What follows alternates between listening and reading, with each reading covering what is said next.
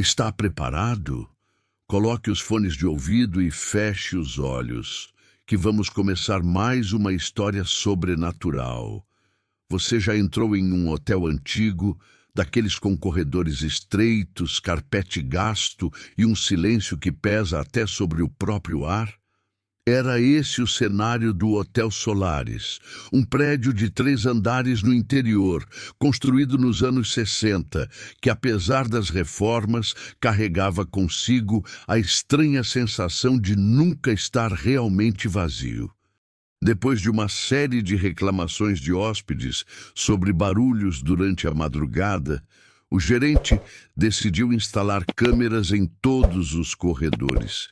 E foi assim que, na segunda semana de gravações, um acontecimento perturbador foi registrado.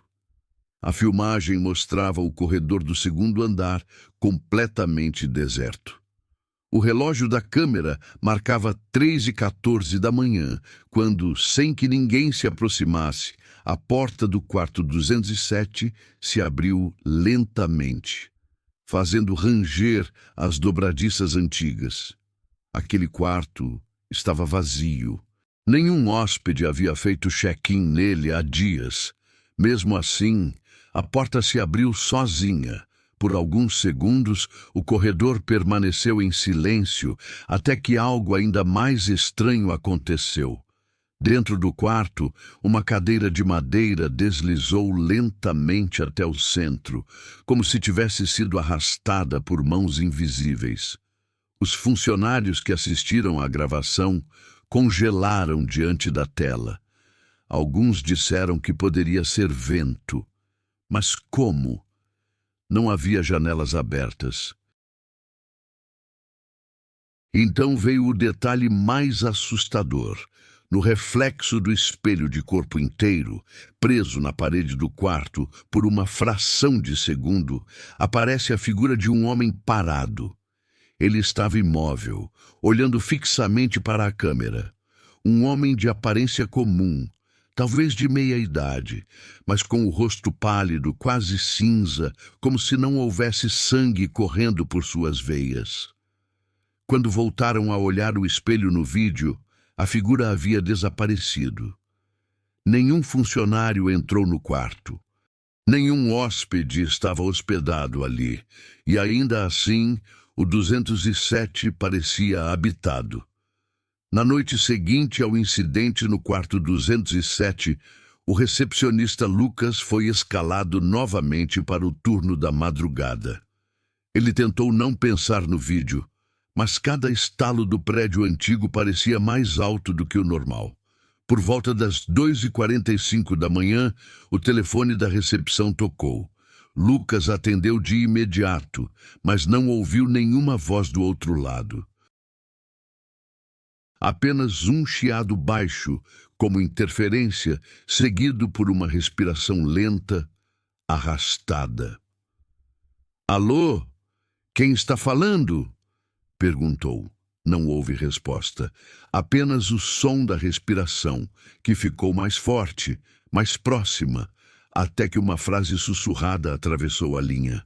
O quarto não está vazio. Antes que pudesse reagir, a ligação caiu. Lucas conferiu o painel do hotel. Nenhuma chamada registrada de hóspedes. Decidiu subir até o segundo andar. O corredor estava mergulhado em silêncio. Apenas o zumbido das lâmpadas antigas o acompanhava. Quando passou diante da porta do 207, percebeu que a maçaneta se movia, como se alguém a girasse do lado de dentro.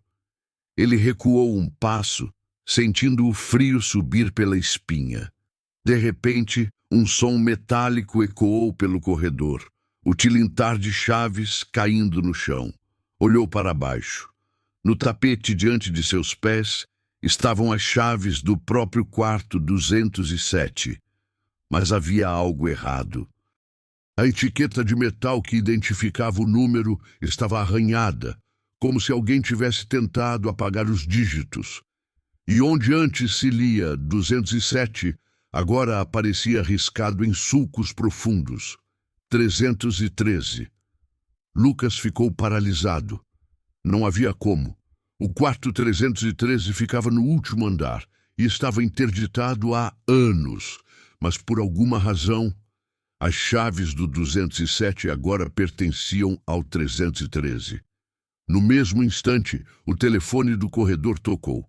Um aparelho antigo pendurado na parede a poucos metros dele.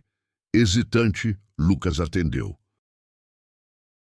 Do outro lado, a mesma voz arrastada murmurou: "Você já está no andar errado."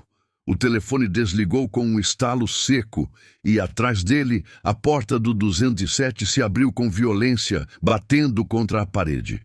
O corredor inteiro mergulhou na escuridão.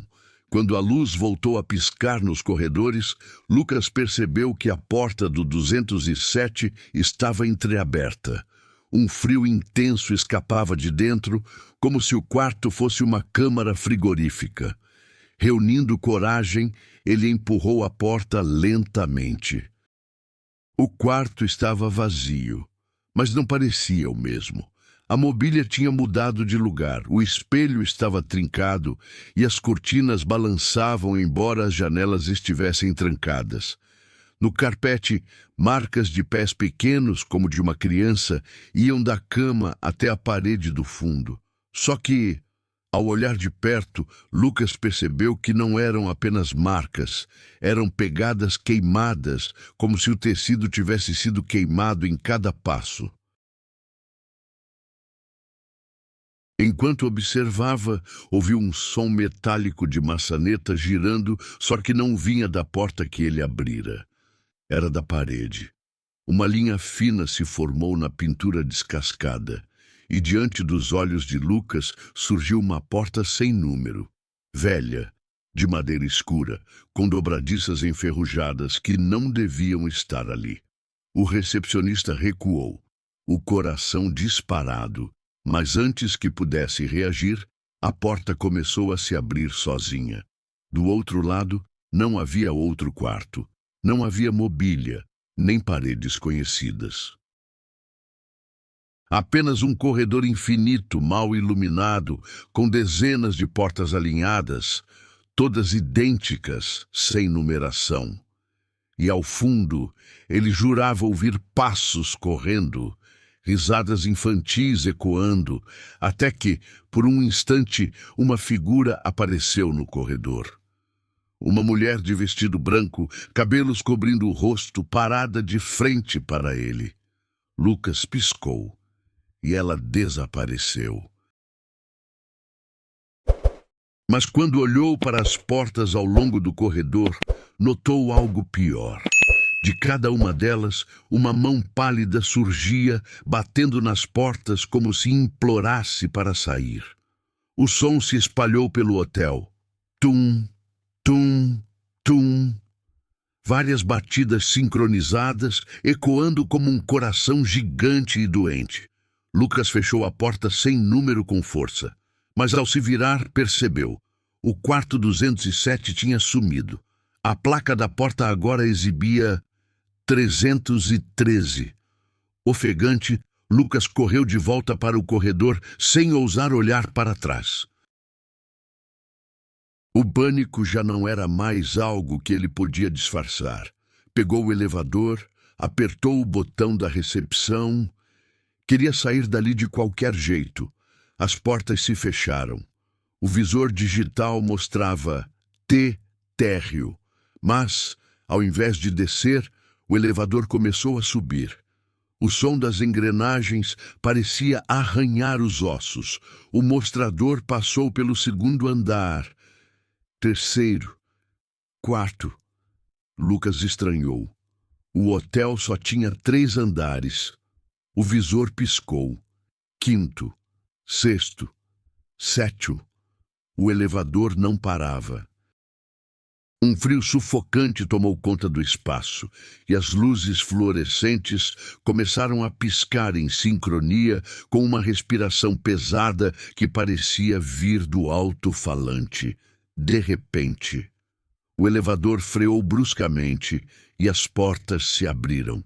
O que Lucas viu não parecia parte do hotel. O corredor à frente era estreito, coberto de mofo. As paredes tinham papéis de parede antigos, rasgados, e no teto, lâmpadas queimadas pendiam por fios soltos. Um silêncio mortal reinava, quebrado apenas por um gotejar constante. Ploc, ploc, ploc. Ele deu um passo hesitante para fora. O número da placa dizia andar 6. Mas no cadastro do hotel, aquilo simplesmente não existia. Ao avançar pelo corredor, Lucas percebeu que todas as portas estavam entreabertas. De dentro vinham sussurros. Alguns riam, outros choravam e outros murmuravam frases sem sentido. Quando passou diante de uma delas, a porta se abriu mais e uma mão esquelética tentou agarrar seu braço. Lucas recuou, tropeçando, quase caindo. O rosto que espiava pela fresta não parecia humano. Pele colada aos ossos, olhos fundos, como alguém que nunca deveria estar ali. Ele correu pelo corredor, desesperado para encontrar as escadas. No fim, havia uma porta de ferro com uma placa enferrujada. Lucas limpou a sujeira e conseguiu ler. Subsolo 313. As luzes se apagaram todas de uma vez. No breu absoluto, o som recomeçou. Tum, tum, tum. As batidas nas portas, desta vez mais fortes, mais próximas. Lucas tateou, desesperado, até achar a parede do elevador e apertou o botão repetidamente. As portas se abriram atrás dele, mas antes de entrar, ele olhou de relance para o corredor novamente e percebeu que, atrás de todas aquelas portas, centenas de olhos o encaravam. Ele entrou no elevador e as portas se fecharam. No visor digital, piscava em vermelho, subsolo 313. Dentro do elevador, Lucas tremia. O visor brilhava em vermelho, subsolo 313. O elevador começou a descer, mas era como se mergulhasse em um poço sem fim. O ar rarefez, ficando denso e pesado. O som do motor sumiu. O que restava era apenas o eco da própria respiração de Lucas, entrecortada pelo pânico. As portas se abriram. Ele não queria sair, mas algo o empurrava para frente, como se mãos invisíveis o guiassem. O andar era vasto, muito maior do que qualquer espaço dentro do hotel deveria comportar. O teto era alto, coberto por manchas negras que escorriam como sangue seco. À frente, centenas de cadeiras estavam alinhadas como em um auditório, e em cada uma delas, uma silhueta, figuras paradas, imóveis, todas voltadas para um enorme balcão de recepção, iluminado por uma única lâmpada amarela. Atrás do balcão havia um livro aberto, um livro tão grande que ocupava toda a mesa. As páginas amareladas estavam preenchidas por nomes. Lucas se aproximou. O som de seus passos ecoava no vazio, mas nenhuma das figuras se movia. Chegando mais perto, conseguiu ler. E lá estava escrito: Lucas Almeida, hóspede no 313. Ele recuou em choque. As páginas se viraram sozinhas, revelando outras linhas. Nomes de pessoas desaparecidas da cidade. Desaparecimentos nunca solucionados.